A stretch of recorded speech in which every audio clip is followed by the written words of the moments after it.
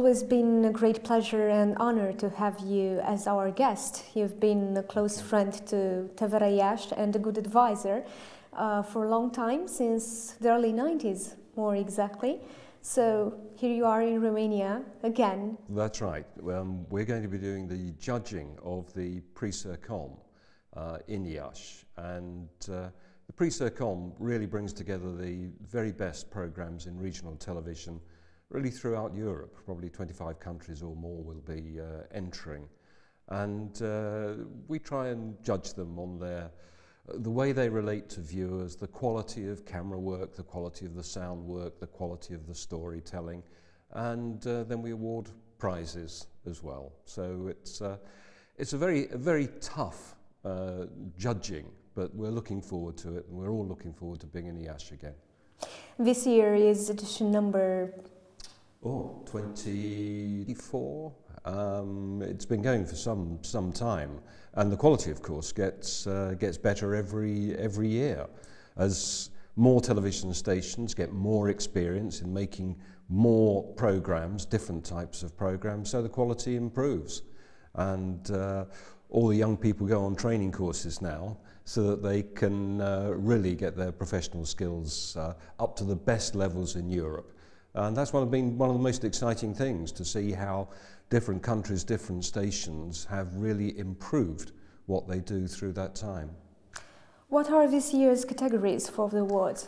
There are 10 categories. They are based mainly on programme type. So we have documentaries, sport, drama, news magazine, most original.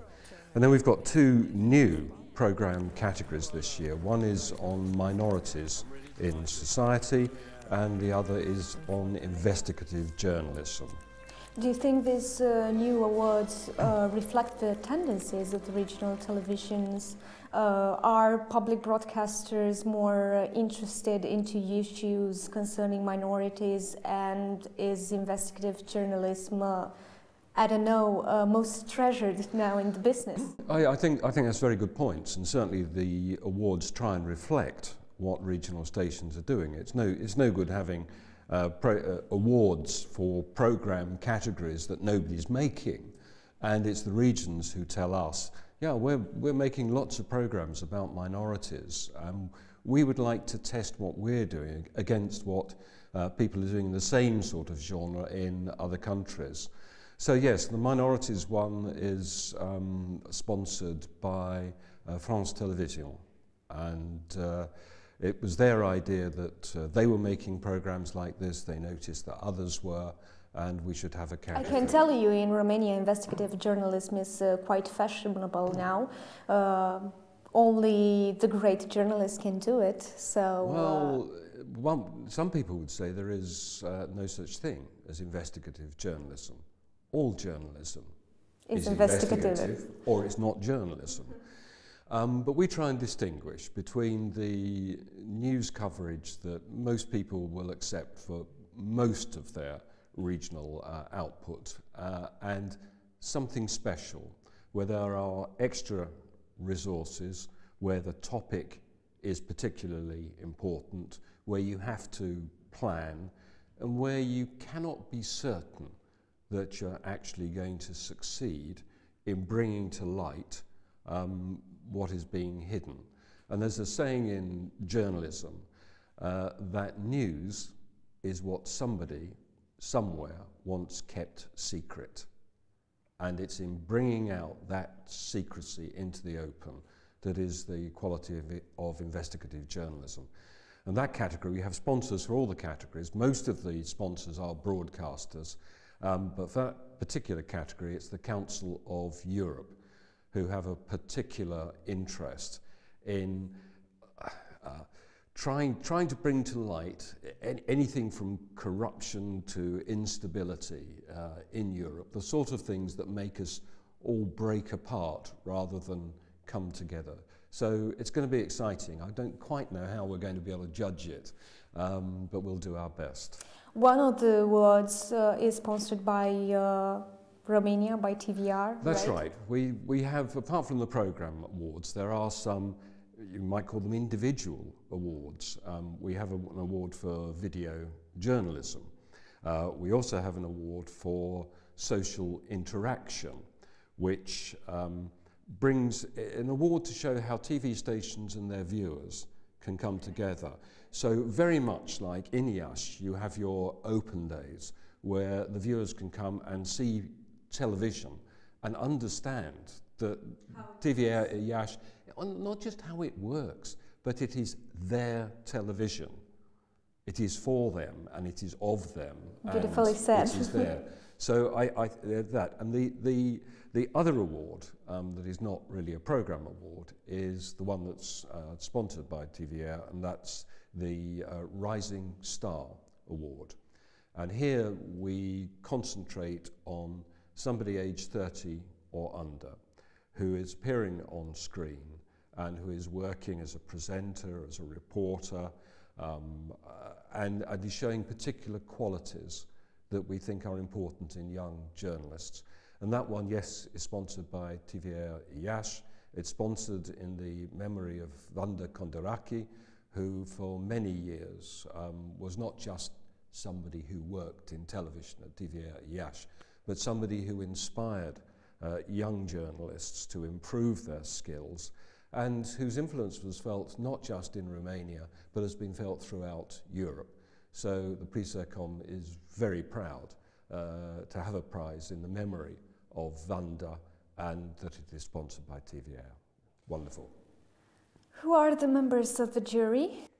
And what is the main criteria for judging? What makes a good program in the end? Well, let me deal with the easy question first. Who are the judges? Well, the judges come from all over Europe. We will be having 16 judges coming. They come from Norway, Sweden, Ireland, France, Czech Republic, Belgium, the Netherlands, and also the UK. The BBC have always been very strong in the quality of their programme making, and I'm delighted that we've always had some good quality judges from the BBC as well. So they'll all be coming to us, and they spend 3 days locked in different rooms while they look at all these television programmes, and then they have to make up their mind which is the best. And as you ask, what is the criteria for a good programme? Well, I think the first thing to remember is that we're not judging, famous movies by Scorsese. We're not judging Disney cartoons. What we're trying to look at is typical regional programmes and see if they deliver what we think high-quality regional programmes should deliver. So we look at the quality of the journalism. We look at the quality of the storytelling. Has a subject been explained well so that people watching at home can say, yeah, I never realised how important that was, or I never quite understood that before. Now I understand it. To achieve that, it's not just a journalistic exercise. It's the use of the camera. How is what is being seen being shown by the camera? You know, they say one good picture is 1,000 words, and if the camera is doing the job properly, it should be telling a story just through the camera and without the words. There's the quality of the sound. Now, where we're sitting, I mean, we're in a nice, quiet environment. But once you're out on the road, trying to do stories in difficult environments, and not environments you're choosing, you have to do the pictures and the sound here because that's where the story is. Well, that puts great pressure on camera. It puts great pressure on sound. You may not have the opportunity to put lights up. So it's those sort of professional skills. And then you take everything back to the studio, or you try and edit it on location. You have to change all these raw pictures into, it's like a recipe in cooking. You've got all these ingredients, and it's not just the ingredients, it's how you mix them up and how long you cook it for. And that, when it's all put together, makes a television feature or a television program. People at home shouldn't sit there looking for all these things. It should just come to them naturally.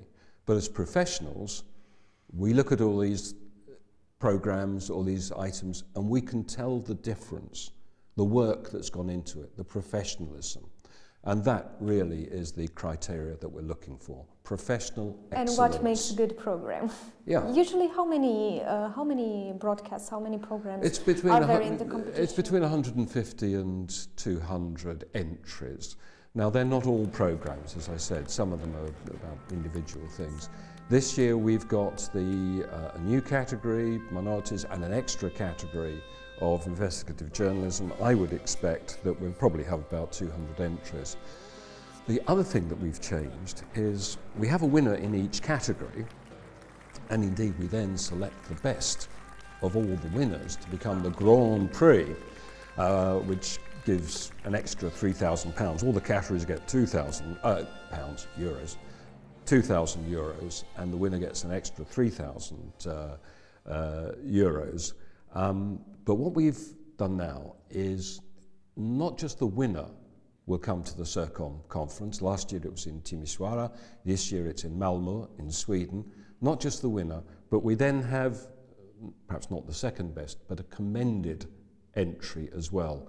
And the makers of that programme will also be invited to the CIRCOM conference, which is a great opportunity for people, for professionals to meet other professionals, to exchange views, to learn from them. And what we hope is that this will bring a lot of young professionals to meet experienced professionals. They're paid for, so there's no pressure on the stations to have to pay flight bills to Sweden and back, and expensive hotel, and hotels are expensive in Sweden.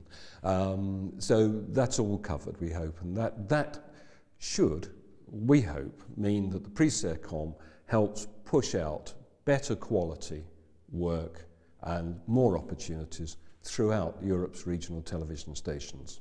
Last year, the Prix CIRCOM gala was held in Timisoara. That's right. We know that. What did you think about that edition? Strong competition? I think in some categories the quality was better, and in other categories it was disappointing. I think the documentaries were of a very high standard. The dramas were probably of a higher standard than before.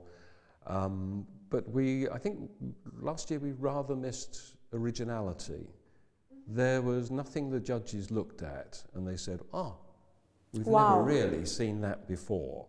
And that's all you look for in most original, just some little thing that perhaps nobody has done before.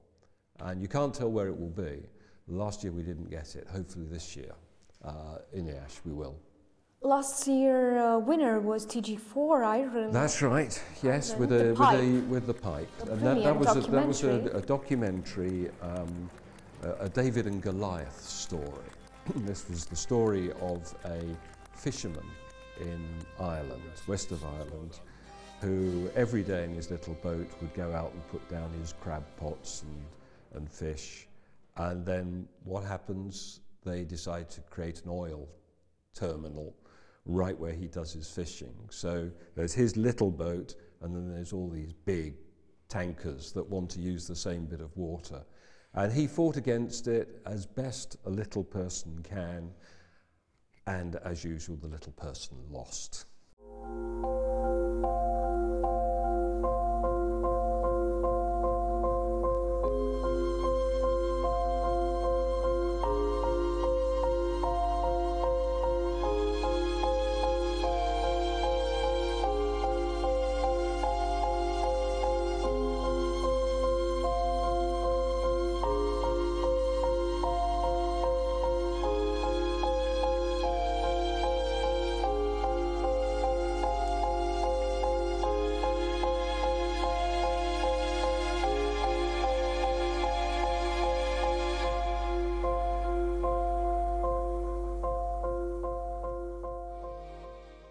Well, Ireland was the winner last year. Let's Yes. hope that this year's winner will be TVR. Yes. It would, as you say, I've been in contact with TVR for very many years, and nothing would give me greater pleasure than to be up on that stage on the gala night and invite up somebody from TVR Iași to give a top award.